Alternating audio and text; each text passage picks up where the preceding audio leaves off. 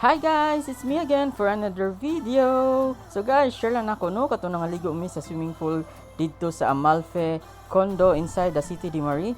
Grabe guys, ninduta silang swimming pool dito nya daghan pa jud klase-klase na duha ka pambata ug naay pangdagko nga sama ani nga puwerte kataasa. 4 feet na siya guys no, basi nagtumo nga taas kay ko pero 4 feet na siya. Mao din ni diri lang kiddie pool guys. Mag-enjoy din yung mga kichikiting diri nga magsound-sound. Kay dili mo siya law niya. Safe ra po siya diri guys kay mabaw ra man kayo pero para safety lang jud, don't leave your child unattended.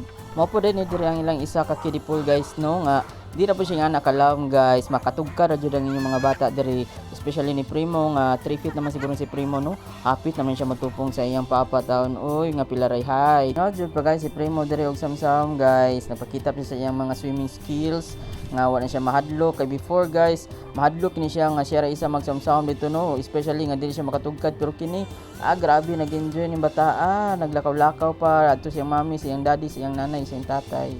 Dili lang si Primo na enjoy og swimming diri guys, no hasta si Saki nag-enjoy og swimming ug halos din nagay muundang og kaligo.